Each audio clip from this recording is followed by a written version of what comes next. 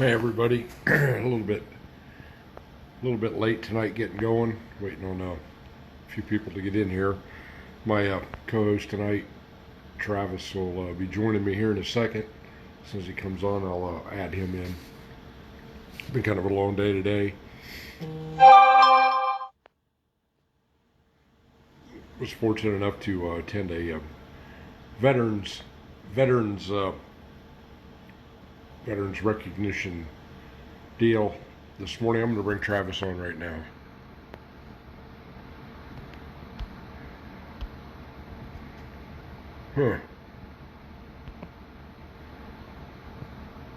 Travis, add you in here.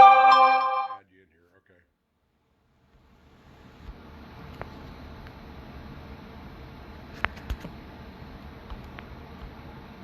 It's not letting me bring you on here, Travis.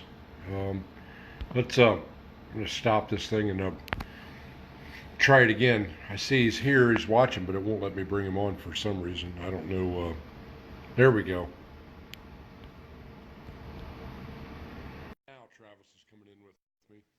While the magic of Facebook and everything is bringing him on here. Hopefully we won't have too many problems getting him in here. But had the pleasure today of attending a veterans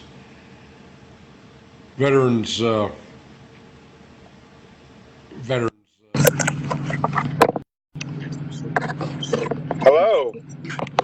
There you are, Travis. How are you doing, sir? Glad you. Hey, how are you? Good, man. Good. Just looks How's like my you're sound? pardon me? How's my sound? Sounds good. I don't even see your hands free. You must have the old earbud type in here. No, you're on my iPad. Huh. Oh, okay. There's the difference instead of doing it from the good old phone. But anyway, tonight we're going to be talking about what it means to be a veteran. Myself and Travis. Travis is also another one of the hosts here on Equipment Steel. What's your plug your show right now, Travis? What's it called? The Trucking Chef? That Master Chef Trucking show. That's it. So what days do you do your show on, Travis? So everybody I usually drop a video or go live on a Friday. Okay. So all y'all that's tuned in tonight, he's one heck of a chef. We got a challenge going on at Matt's. He's going to see if I can tell the difference between a veggie burger and a real hamburger. So Right off the top, what do you got? But anyway, we're going to be talking about what it means to us as far as being a veteran and what made us decide to go into the military, as well as what it's like being a veteran trucker. So anyway, you got your feet up or your feet down tonight? Well, got my feet down and I got the game on. Oh, I got you. Where are you tonight? You said you're up in New York somewhere? Yeah, I'm in Bath, New York. Bath, New York. Yep, that's right. Now that I'm thinking about it, we got a few people tuned in here. Robert Green down in Ohio, he's here. He's a recuperator. Hey, Robert. Truck accident a few months ago. Jeremy Jansen was tuned in, I think, Ronnie, Oklahoma. He's going to be loading a load of hogs in the morning, destined for some point east of where he's at. Not real sure who Mikhail Arbuckle is, but anyway, thanks for tuning in. But anyway, why don't you kick it off, Travis, and kind of tell everybody a little bit about yourself and your military history, what you can discuss about it. Hold on 1 second. All right. All right, now I can hear you a little bit better. Oh, much better. All right, why don't you kick this off tonight with telling everybody a little bit about yourself and what you can tell about your military career, or what you can talk about it. Hello? I don't know. I'm getting like double feedback or something like that. Huh. Not sure what's going on because I don't have a hands free.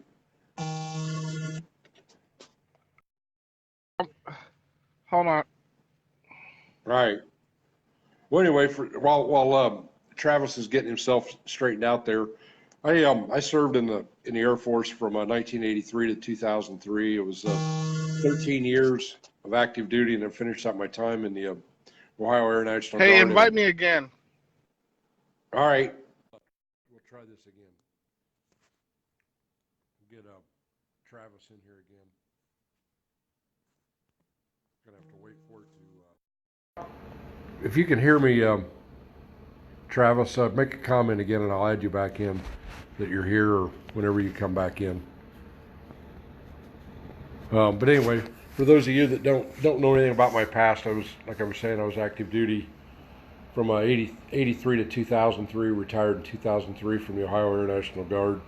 Travis, if you're back in here, make a comment so I know to add you back in.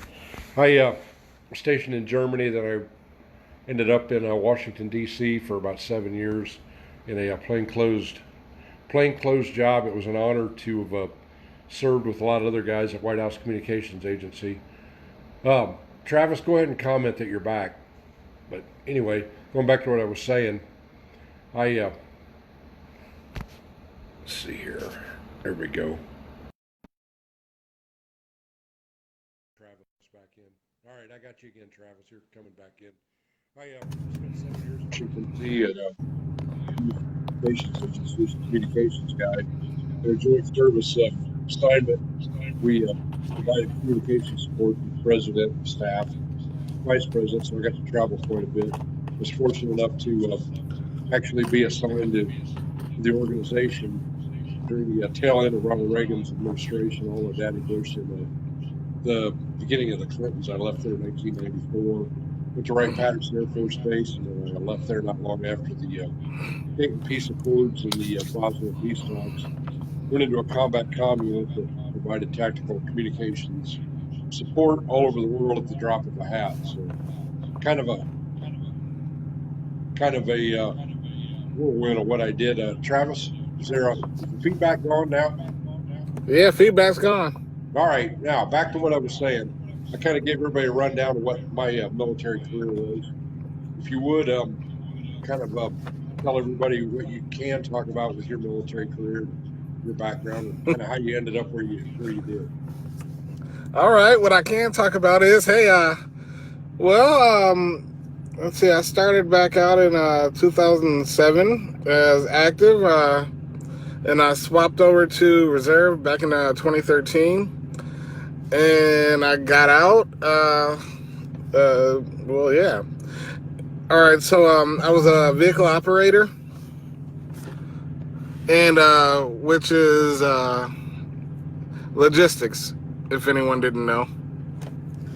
So yeah, I had a lot of fun. I was taught how to drive damn near everything, you know. There's convoys in there, and special things. special things.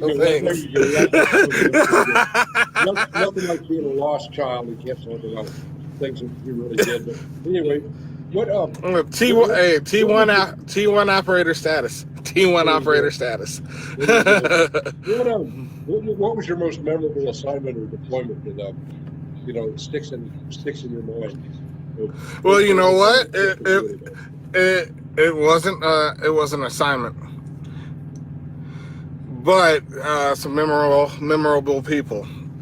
I had a Master Sergeant, or actually Senior Master Sergeant Brott. I still talk to him till today. When I first made it out to Joint Base, or they call it JBLM, so Joint Base Lewis McChord. When I first made it out there, he took me under his wing and he showed me the ropes, and hell, still to today, he's still showing me ropes, although he's retired, you know. Right. He's like a second dad to me. Let's see, I had another good friend, which is watching, Eric Barton. He's on here. I was out there with him. Yeah, I've got another good friend, Eldon Hubbard. He's another good one. We've gone a lot of places. Yeah. That's what I always enjoyed, was all the out of the way places that we never were. kind of thing. So Right.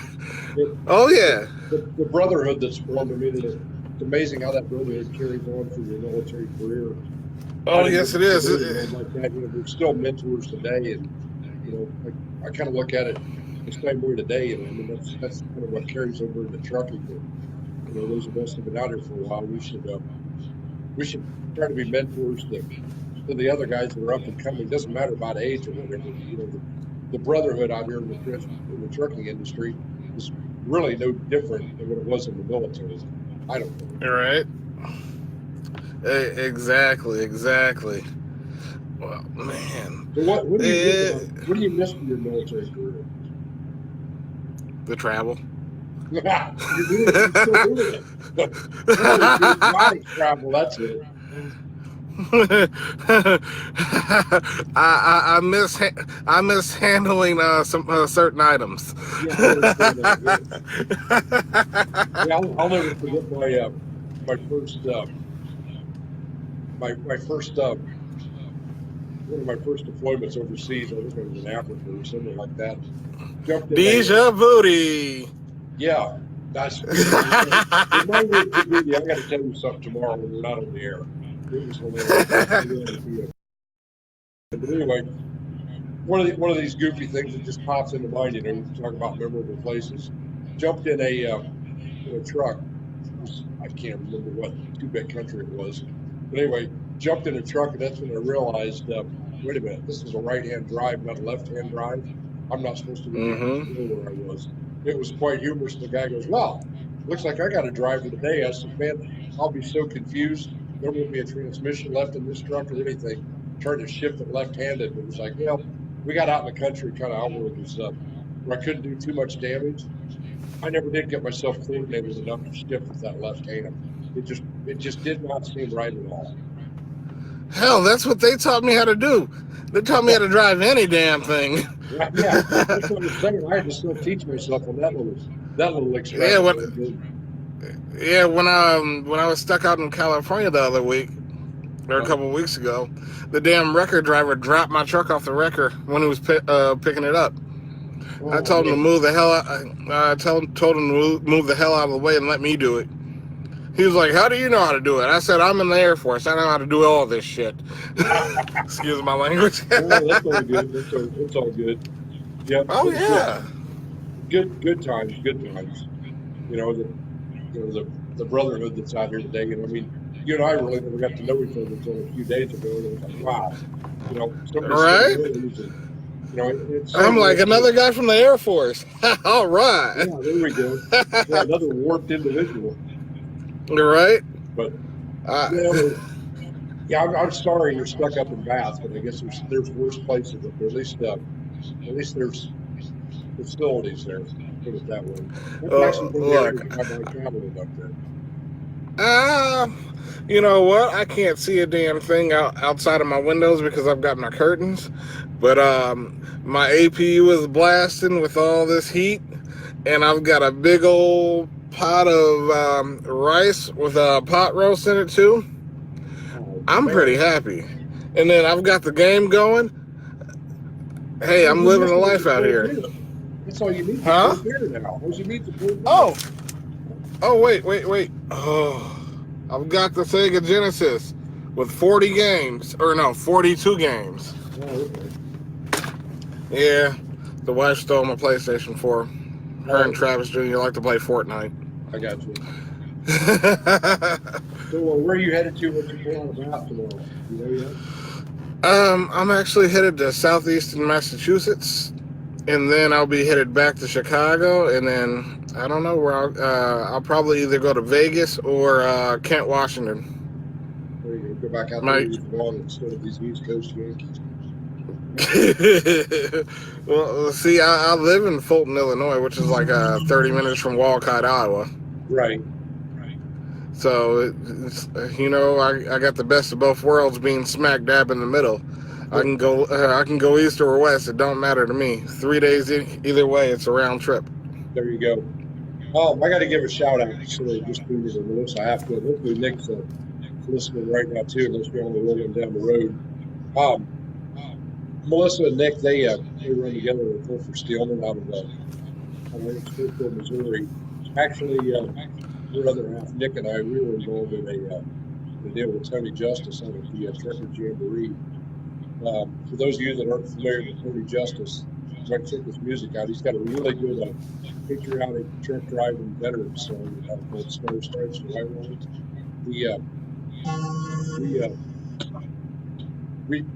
We always try to help Tony out and turn him around. But he starts out with Star Stripes and White Lines. He has this, I don't know, it's a massive flag. It's probably 12 foot by 20 feet or something like that. And, Nick and I were fortunate enough out of Trucker Jamboree to be part of the flag ceremony where Tony and the band will start out with the rat-a-tat-tat or the stage and kind of like the old march beat, bringing the flag in. There you go, brother. Carrying the flag in, and then we would do the Pledge of Allegiance. And Melissa actually snagged a really good picture of those of us out of Walcott that did that.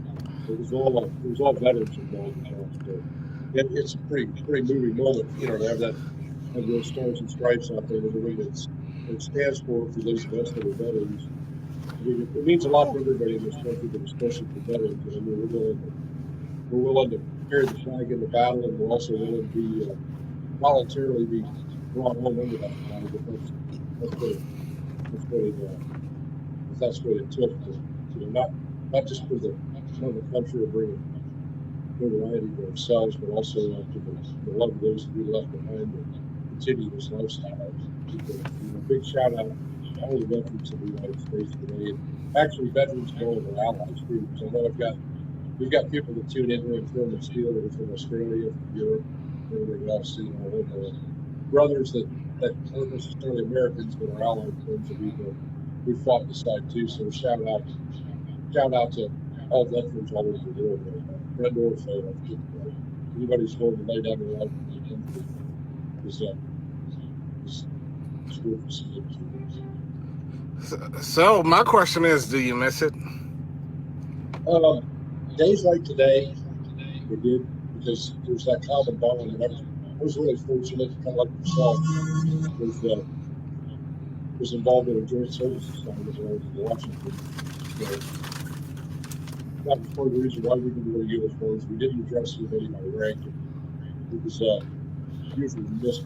Everybody referred to a miss or a miss or whatever like that. So the camaraderie of that joint service thing really it's like none other. I mean, you've done joint service stuff. That's what I really miss the most is the camaraderie and all my close friends who were instructed as well. Well, yeah, Marines know how to party. I said, well, yeah, Marines know how to party. It's good you bring that up.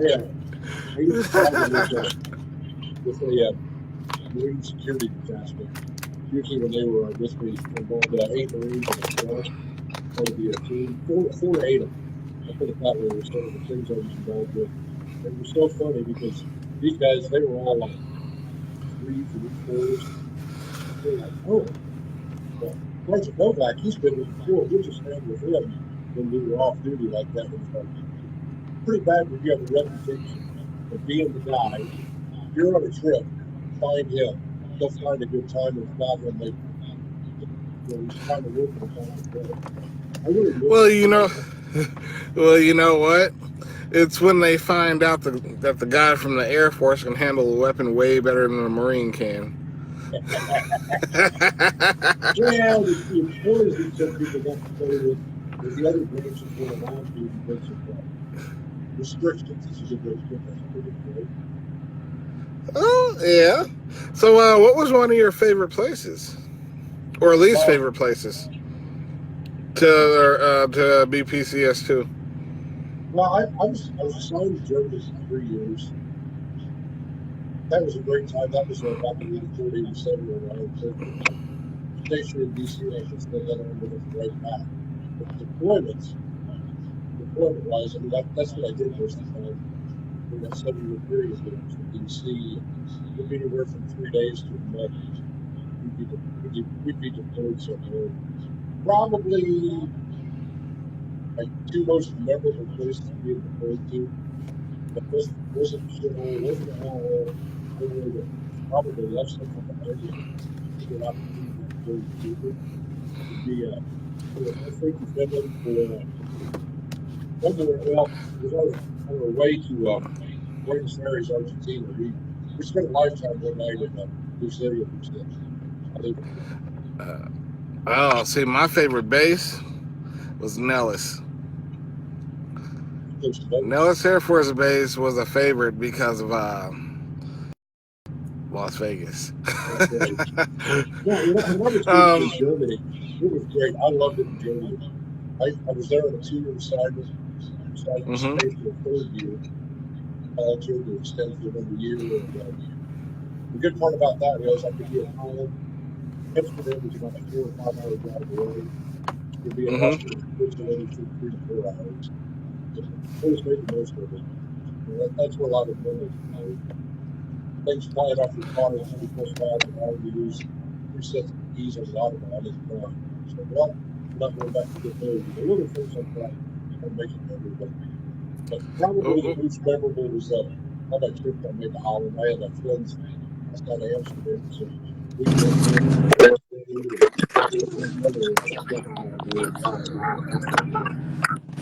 Holland. see, the worst place that I've been, it was Fort Leonard Wood during the winter, Oh, yes, and everything off base that was actually on the blacklist. yep, Yeah, no nightclubs, massage parlors, all that good stuff. yeah. I mean, I can't think of the worst place. I mean, I was heard about that. I mean, only being assigned to actually three bases. Most of the time when I was doing deployments outside of Gulf crash, it was I got assigned to Wright Patterson Air Force Base. Of the Oh, three right. bases I was actually assigned to, that's probably the worst. But now That's I why live you. there. So, Yeah, so that's why you're sticking around there. You like right there. that's what I learned that hat. Melissa Hatfield just asked me a question. Nick just wanted to ask me if there's any plans to bring back the truck show in Ohio this year. No, we're not going to be doing the truck show, but Melissa, we're going to be doing a cruise in Ohio for Freedom Association. I'll be sending information over pretty soon in the next couple of months. Don't mind me. I'm moving around for better service. Yeah, I can tell. Now it's all kinds of garbled. We're getting feedback through your tablet. We're getting feedback through your tablet through your hands free. It's just my regular cell phone. Do what?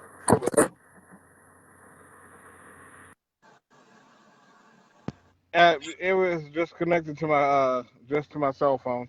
I Okay, didn't have now the garbage is gone. But anyway, or the garble. What I was saying for those of you that didn't hear it, Melissa, we're not going to be doing a truck show in Ohio this next year, but I will be involved with a cruise in that's going to be a benefit pediatric cancer in New Carlisle, Ohio. It'll be May 9th, so kind of stay tuned for that. Kind of making a plan to be there. It's not an actual truck show, but it's actually going to be a cruise in, and it'll be the usual cast of characters there, Melissa. You kind of get the gist of that. You've hung out with most of them before, so let Nick know that. For those of you that aren't aware of it, um, it'll be a pretty good time. Travis hasn't been involved with any of the truck shows that a lot of these people are tuned into tonight that I've been involved with. They're really a good time. While we're on that subject, have you ever been to any truck shows outside of Louisville, Matt's? I've been to Mats and Gats, and I've been to uh, Guilty by Association. Okay, GBATS. The shows that I've usually Right, been involved with, it's along the and lines of then something like that. They're like a back row party. I'm always at the Walcott Jamboree. Okay, well, were you there 2 years ago? Yeah, I'm there every year because I live right down the road from it. Okay, then you remember the flag ceremony when Tony played a few years ago, Yeah, right? Yeah, yeah. myself and Nick, we were the one we were involved in that. So, anytime you're at one Wait, of those wait, wait, events, wait, wait. At the jamboree? yeah, Oh, okay. Yeah, because we I helped out do the flag ceremony for Matt's actually at the okay, Uber at the yeah, Uber party.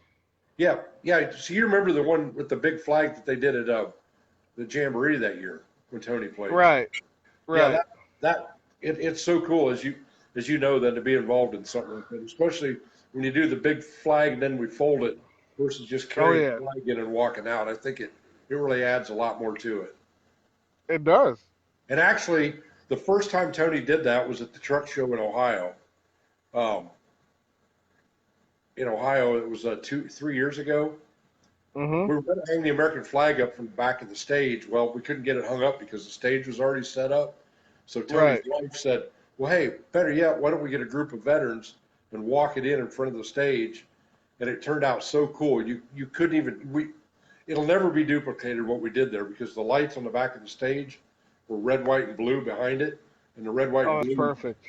were coming through the flag. The guys on the guys on the one side, they got down on their knees, and then those of us that were taller, we held up the backside. I mean, it turned out really cool like that. It was the first time Tony had ever done it, and then doing a Pledge of Allegiance. Let's march the flag in like that and actually have like a Right. flag ceremony and fold it. So I mean, it's for me, it's always very moving. Anytime there's anything to do with the flag, I don't care if the colors are posted like they were today with the elementary school I was at. It my damn allergies always seem to kick in during certain ceremonies, for lack of better words. Right. Uh, yeah. See, hopefully I get a chance to do it for my son next year when he goes to school. And if I would have been home today, I would have, or if I would have been home on Friday when they did the ceremony, I would have done it.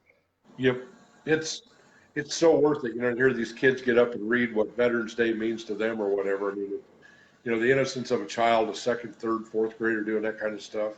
It's it's something to be a part of, just to be there to pay tribute to our fallen brothers more than anything. It was kind of neat today at the one I was at. There was a World War II Marine that was in attendance there. It was so Oh, neat to still see the World War II guys floating around. They're getting to be fewer and fewer.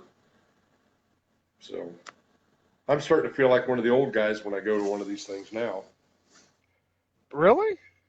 Oh yeah, I look around and it's like, I'm because I went in 1983. So I mean, there was Okay. still a lot of the Vietnam guys were in. So a lot of my influence in my younger days in the Air Force, my first duty Mhm. assignment were all Vietnam era guys. The kind of went through the school of hard knocks, where take this stuff seriously. What you're doing, it's playing for keeps.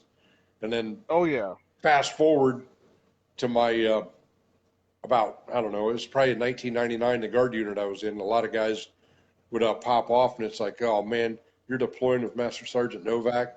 Let us know how that one turns out. Well, And you know what's funny? Guard gets deployed a whole lot, especially when you're in Wisconsin Guard. well, Man, I tell you. The Ohio Guard gets deployed a lot too. The Or 269th Combat Comm Squadron that I used to be assigned to. Kentucky. No, Ohio. No, I said yeah, and Kentucky goes a lot too. Yep. Holy moly! Yeah, It.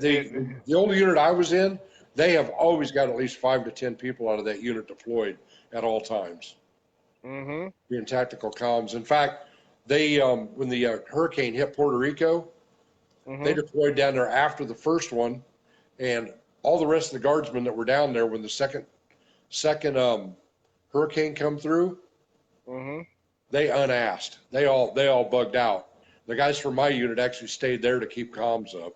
So they've weathered a few storms. Never mind, I don't know how many rotations they pulled in the Persian Gulf between Iraq, Afghanistan, and out as well as African operations.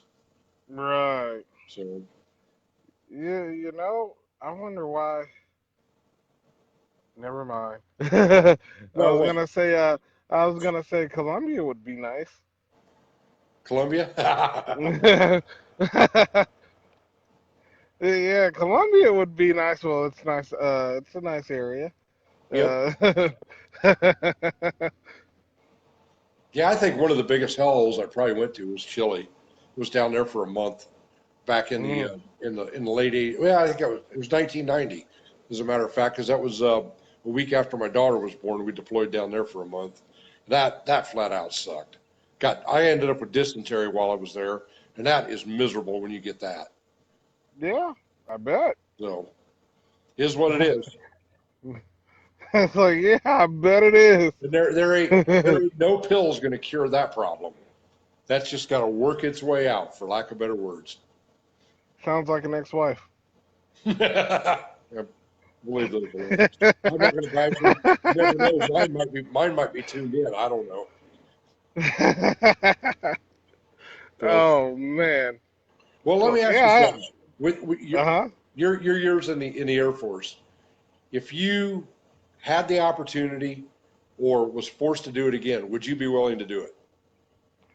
Yeah, but I do it differently though. Well, wouldn't we all? Well, yeah, I'd do it again. Um, Sometimes I sometimes I walk around base now and it's like, damn, wow. All right, so yeah, I do kind of feel old, but I'm still young. yeah, how do you think I feel? Like, see, look, I'm 32. Yeah, I'm 55, and I do feel old when I go on base. That's what's funny, You Yeah, see, you see all these young people, I'm like, oh my God, am I that old? what's pathetic is I sit here and look at these generals today, and it's like, wait a minute, most of these generals are younger than I am. What the heck is wrong with Yeah. this picture? You know? Oh yeah, you rank up fast. Oh yeah. Yep, Oh yeah, you get ranked really fast. yep. Especially when you do a few tours, Oh yeah. overseas. So, but Yeah, anyway, you do a couple tours, get a bronze medal, get a silver medal, wouldn't know. Never got any of couple. those. Yeah, as long as yeah. Well, yeah, there's a whole combination of things that you can do. Yeah. Oh yeah. That'll get you fast track to anything.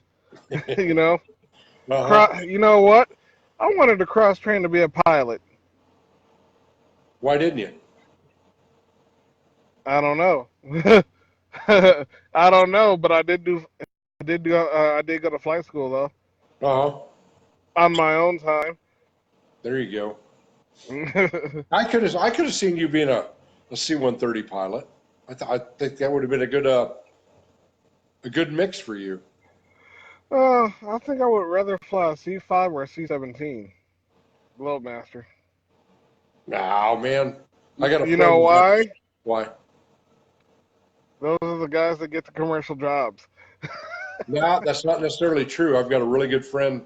He retired as a lieutenant colonel from the Mhm. Air Force Reserves. He's Mhm. flying an Airbus A380 now for Continental, and he was a That's what I C-130. said. But he was a C-130 pilot. Oh, okay. So Well, hell, oh, he's yeah, probably got like 25. He's got about 25, 30,000 flight hours. yeah, he had 15,000 combat hours in Afghanistan and Iraq, as well as the Whoo-wee. first go around. Yeah, he had a lot of hours in the seat. So You know what? I thought about being an air marshal. what I, stopped you from I, doing that? well, I worked at a triple canopy, so yeah, the triple canopy. I did the same. It's like I got out of the Air Force to do the same damn thing, Right. Yeah. So why? except for we're running around mixed in with black or ex-E guys, Yes. Suburbans. Would Uh, would not wouldn't know a thing about Suburbans showing up. It's kind of funny.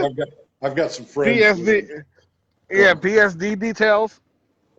And you know what? You know what? It's crazy. They came up with a video game for it. Really? Yeah, there's a contractor video game now. Really? Right. I think, hey, Travis, I think your mom just tuned in.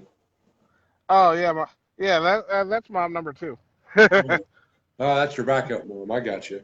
Oh So no, no. Oh no, well, she's still a regular mom. She's still a regular mom. I got you. Oh, number two. Okay.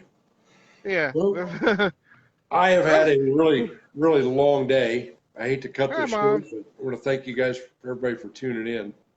Not to, not to cut it short. I want to get you on here tonight, and kind of let people see our perspective of what it's all about.